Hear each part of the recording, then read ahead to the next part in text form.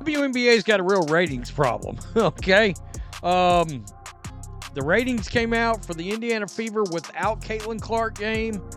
I saw some people actually trying to spin this as a positive, and I was like, they're light, 235,000 viewers.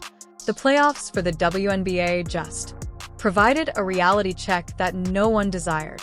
To deal with empty seats and declining ratings, and a league frantically attempting to clarify why, everything abruptly collapsed without. The numbers don't lie for one player, and they're so vicious this isn't no longer only about basketball. This is regarding survival. How long-lasting is a league that has an almost 50% decline in audience when there isn't a single player? Leave a comment below with your comments. The Fever stink without Caitlin Clark. It is rough. It has been a rough stretch. I thought that Indiana would split the 4 games that she was out, if she was going to be out 4 games. I guess that's still on the table, but not. Here we go, people. Another day. One more WNBA catastrophe that somehow no one anticipated it except literally all those who have been observing the Caitlin Clark is gone as the playoffs arrive. And all of a sudden the league that was boasting about breaking records. All eyes are fixed on vacant seats and ratings that decline more quickly than a competitor on a reality program. The Indiana Fever literally just gave everything they had against the worst team in the league, and they still lost. You still lost. That was probably the best performance you're going to get in this stretch of games without Caitlin Clark down that stretch. I mean, they came back from down 15 points. They went on a 16-0 run. Allow me to depict for you the image of this whole train disaster was Clark's final. A postseason matchup with Connecticut is almost a total of 2.54 million people watched. The conclusion of her second season, most viewed postseason match since Clark was removed, a staggering 929,000 viewers. That's more than just a drop. We're talking about a full free fall, concerning the loss of over 50% of the audience within a week. But please let me know how the league doesn't require Clark once more. This place's maths is so harsh that ought to be labeled with a warning. Clark's 1.4 million people watched the playoff debut on a Sunday afternoon in direct competition, when the Liberty and NFL football, the Aces, are thought to be the 2 top clubs in the league, competed in what all referred to as a championship preview. 929,000 was scraped together. Viewers in the same time slot on the same network. The only variation is the day of the week. The coincidence with Caitlin Clark is not even close. Can we be clear about this? If Caitlin Clark were not in the WNBA, we would not be talking about the WNBA. She is the only ticket draw in the WNBA. A large percentage of all tickets sold in the WNBA are so people can watch Caitlin Clark play basketball. No one cares about Angel Reese. She'd be drawing flies if she were playing not against Caitlin Clark on the court right now. Angel Reese has basically become the Bill Laimbeer to Caitlin Clark's Larry Bird, essentially. That is where we now are. But hold on. This has more hilarious gold circumstance between media and NBA executives for a full season. Personalities claiming that Clark was only riding an already expanding league's wave. They maintained that the number of viewers would stay resilient no matter who was playing, because admirers were enamored with the actual game. Effectively, to everyone who had faith, congratulations. The fairy tale that you just saw break down the attendance in real time. The narrative is equally embarrassing, but the league is making a lot of effort to spin it differently. Recall the times when teams were relocating games to larger venues only to fulfill the request. When Clark was arriving in Vegas, changed their strategy from an arena with 12,000 seats against Indiana to an arena with 18,000 seats in Washington. The same item was upgraded by several teams. Their facilities, particularly due to Clark's ability to draw. WNBA, they're having troubles with tickets now because I think Caitlin Clark is out for what? How many weeks is she out? She's rolled out for the June 7th game. That's when she was supposed to meet up with Angel Reese again. And Chicago Sky, and there's a massive drop in ticket sales. This is after the Fast forward to the playoffs. In her absence, and we're witnessing attendance that is just 3/4 full. Using arenas of standard size, the Liberty Aces, Barclays Center's game is reportedly one of the matches that are most anticipated. Of the 14 of the 15 supporters were drawn in an arena with more than 18,000 seats. That's not even 75% of the capacity for the promoted as a championship-level product. Showdown in the meantime of the Sunlinks match could only accommodate 8,500 of 20,000 fans. Venue with fewer than 50% of its seats. The most amusing aspect of all of this is the same individuals who downplayed for months. Now, Clark's impact is working extra hours in order to clarify why these figures aren't that. Unfortunately, we're still up from the previous year. They weep as though it somehow alters the reality. That interest vanished as soon as Clark walked out of the building, it seemed. Honoring the fact that your home is only half burnt down as opposed to entirely destroyed the last time. Let's discuss the nobody wants the elephant in the room. To recognize throughout the regular season of the 26 games, Clark played in 22 of them. That had an average of more than 1 million views. 22. That's not a coincidence out of 26. That's hardly good fortune, and it's definitely not because folks simply happen to find basketball for women at the same time. When Clark first began to play, that's what the result of having a transcendent talent that genuinely appeals to. Observe the WNBA's reaction to these numbers have always been incredibly predictable. Rather than accepting truth, they're strengthening the argument that everything is good and the number of spectators is still higher than in prior years, they declare, obligingly disregarding that those gains were solely motivated by a single individual who's no longer participating. It's similar to taking acknowledgement of a party's accomplishments while the sole individual who brought the entertainment just went away, which is what makes this. What's even more absurd about the whole issue is how clear it was to anyone who was paying. Clark's influence wasn't little or difficult to measure. Groups were really altering their whole company. Activities in the vicinity of her presence arena capability was insufficient at the time she was. The cost of tickets to the town increased. Sales of products for the Fever Games went. These weren't marginal, they were through the roof. Enhancements that were revolutionary. Modifies the justifications being offered. People, you're hilarious right now, are actually rather busy with the football season. Since it was football season, during Clark's playoff matches as well as. That didn't stop almost two, somehow. Millions of viewers of the other teams simply require time to cultivate their fan base. Bases transform them into the same. Teams that were unable to attract flies to honey. Here is the situation before to Clark's arrival.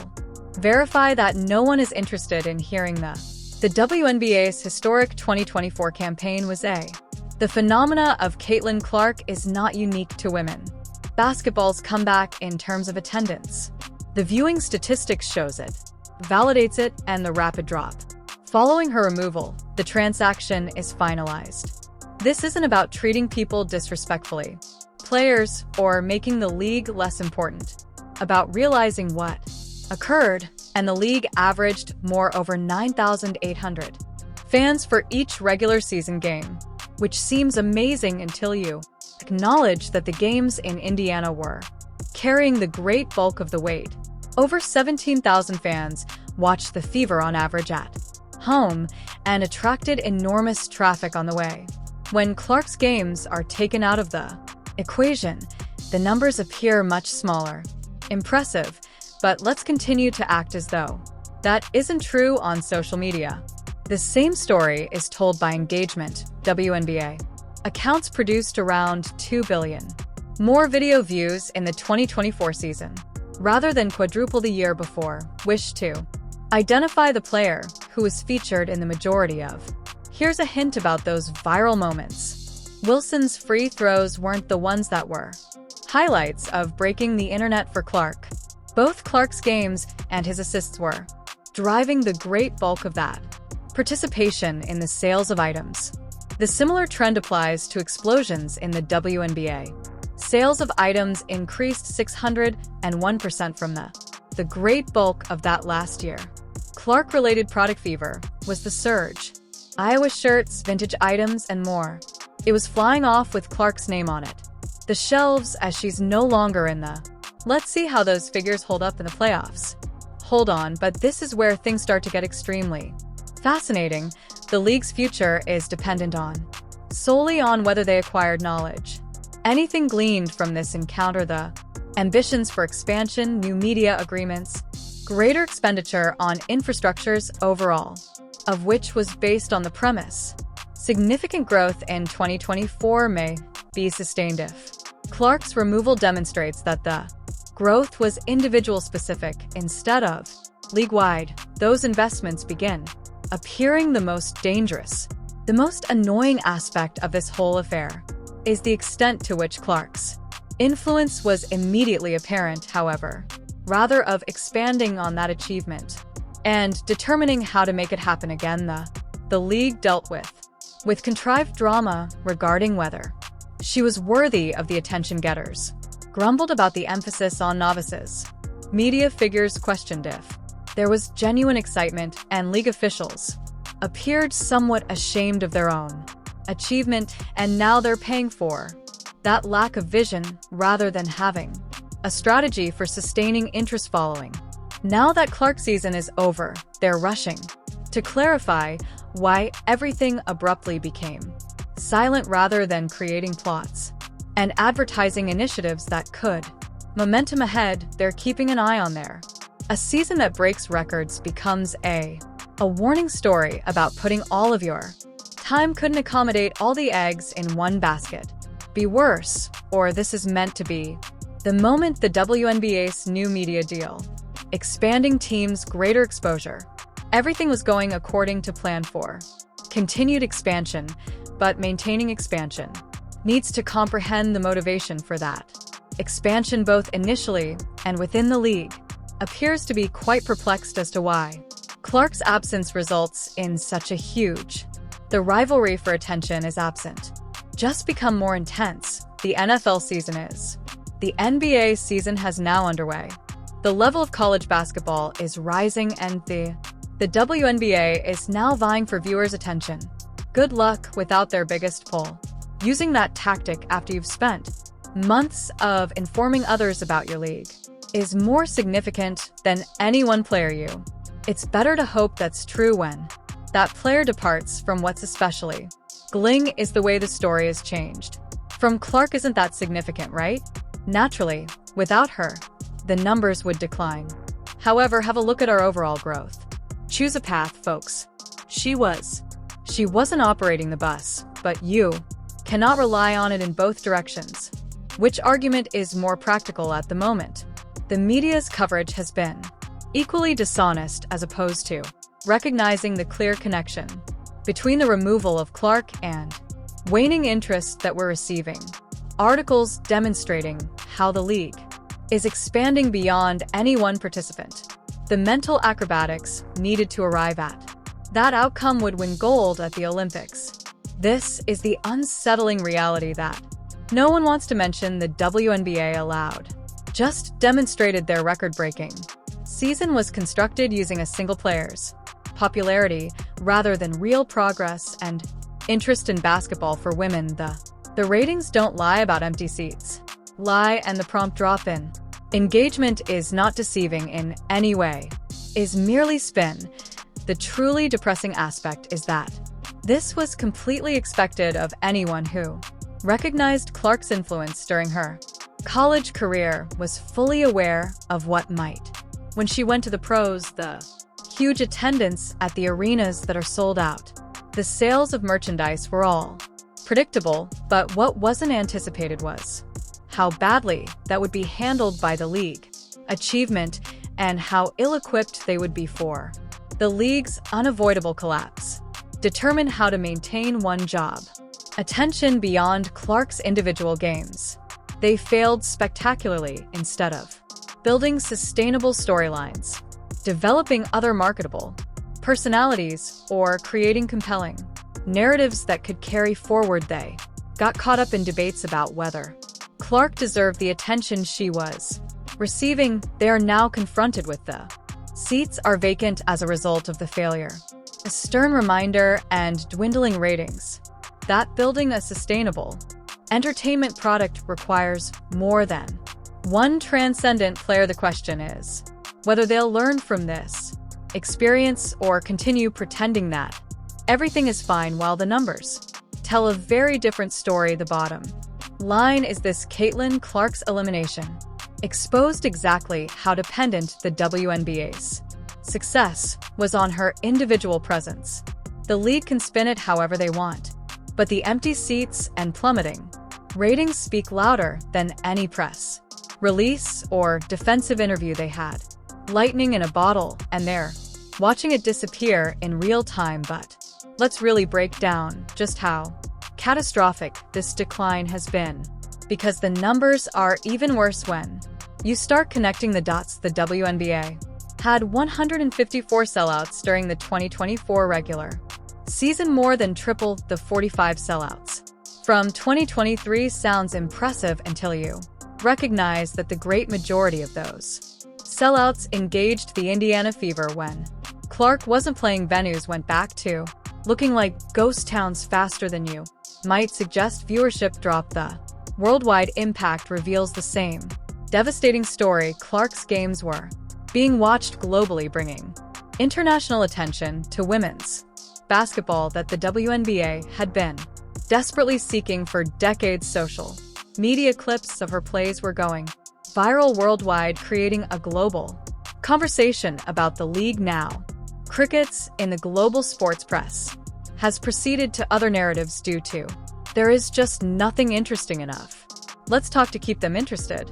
Regarding the repercussions that no one's talking about, nearby companies in the WNBA arenas were getting ready for more people traffic. According to attendance in 2024, surge eateries, pubs and goods, parking services, vendors, and the whole community economies were preparing for long-term expansion. According to the league's record-breaking season, now they're stuck with improved capacity and reduced demand, wondering what happened to all those new fans who were reportedly here to stay. The corporate sponsorship situation is equally exciting too. As you watched, businesses began throwing funds at WNBA collaborations all through 2024, riding the surge of rising exposure and involvement. But the foundation of sponsorship agreements is assured visibility and audience size. When your audience declines by 50% overnight, those assurances begin to appear rather shaky. Expect some extremely awkward discussions between league leaders and business associates. The timing of this in the upcoming months. There is nothing more embarrassing than collapse for the Commissioner of League Leadership. Throughout the season, Kathy Engelbert, boasting about winning laps, smashing all records, and asserting she is credited with transforming the WNBA, was broadcast on all major networks, providing interviews on the leagues turned the bend at last and succeeded in.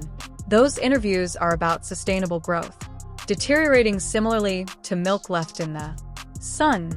Why is this whole thing even happening? Even more absurd is the way the league treated Clark when she was actually performing, rather than accepting their golden goose and constructing the whole marketing approach centered on her transcending appeal. They managed for half the season, fabricated disputes on whether she was receiving too much attention. Players voiced their displeasure with rookies. Media personalities who show partiality wondered if the excitement was warranted, and league representatives appeared sincere, uncomfortable with their own achievements. The reaction on social media to Clark's elimination has been just as instructive. WNBA accounts were producing millions of exchanges throughout Clark's. These days, games are having trouble becoming basic participation in playoff material. When people aren't lying, the algorithm doesn't.